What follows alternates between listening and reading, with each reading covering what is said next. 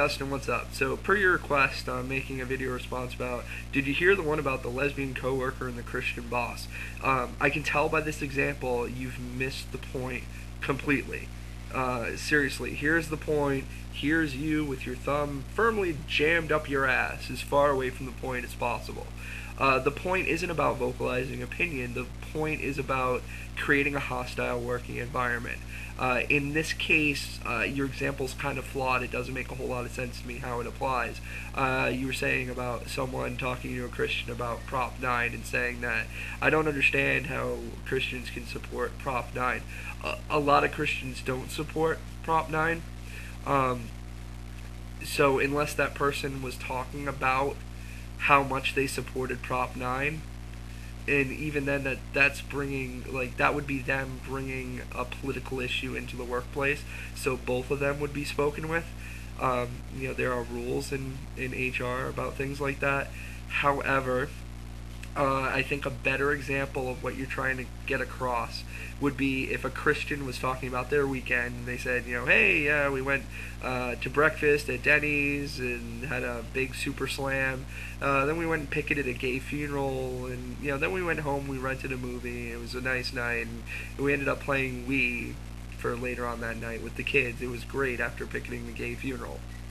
And the lesbian goes up to the coworker and says, I don't know if you know this, but I'm a lesbian, and the idea that you would picket a gay funeral really offends me beyond belief.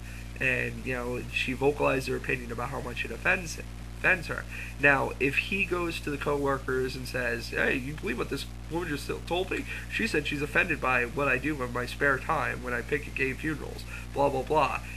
If the coworkers then say, "Oh, you should be able to picket gay funerals," or what? If other coworkers are hardline Christians, hardcore Christians like he is, and they're offended by her bringing that up, then she just created a hostile working environment. She should go to HR. It's the same thing. If she went to HR and says, "Look, I don't know if you know this, but I'm a lesbian. This guy's talking about picketing gay funerals. It's ridiculous." You wouldn't even hear about it because they would, either move her seat, accommodate her with another position, change schedules, anything to accommodate it, because it's something that it does offend her, and it's completely understandable why it would offend her. Same thing with the Christian here. It's understandable why her marrying another woman would offend him as a hardline Christian, obviously. But if he went to HR instead of going to her, this wouldn't be an issue. Okay, it's not about vocalizing your opinion, but it's about vocalizing your opinion in a specific way with a specific circumstance. That's the issue here. I don't know how else to explain it to you. That it has nothing to do with vocalizing your opinion. If she vocalized her opinion and created that hostile working environment with him, there's no going back on that. The second you go to the person and open your mouth and create that environment, you can't take that back. It's not like if you go to HR and you discuss something with them in confidence, they are not going to create an environment. They're going to be really quiet about it. But if you vocalize it in public and you make this a public issue, then you made the issue. You're creating the problem. You're the one who's going to get fired.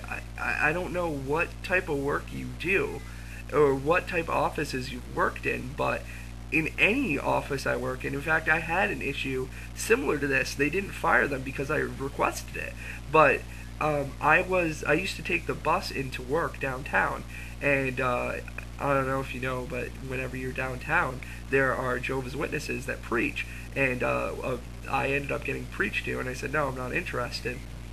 I used to be a Jehovah's Witness, and I had a coworker who was a Jehovah's Witness, and they overheard me say that I'm not a Jehovah's Witness, I was raised one, and I'm not one anymore. She came up to me and wanted to know why I left. I didn't say anything. I said, that's none of your business. I'm not interested in discussing it. And I went right to HR, and HR basically was going to fire her because she brought up something to me, and it was something she heard outside of work, that I was a former Jehovah's Witness, and then she brought it into work. She brought it to me. If she went to HR and said, look, I'm uncomfortable being around this guy because he's a former witness and I can't talk to former witnesses because they're apostates, HR would have made accommodations for her, or they would have done something with me to make accommodations. but because she went to me, she created a hostile working environment with me. Dustin, get the point. The point is, it has nothing to do with vocalizing your opinion. It has nothing to do with your opinion being right. It has nothing to do with your opinion being wrong. It has everything to do with vocalizing the opinion and creating a hostile work environment. The second you do that, HR is well within their rights to fire you over it. That's just the way it is. In this case, the entire work environment was on this woman's side, and there's no getting around that. He can't take back his words. The second he offends every person who works there and they don't want to be around him, they just created an issue. Okay? And that's basically it. He had to be fired. That's all there is to it. That's the point. He had to be fired. He created the hostile working environment.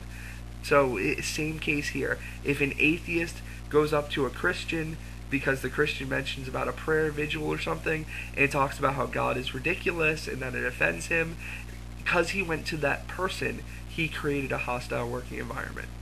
That's just the way it is, man. I'm sorry. HR rules are pretty cut and dry in this situation.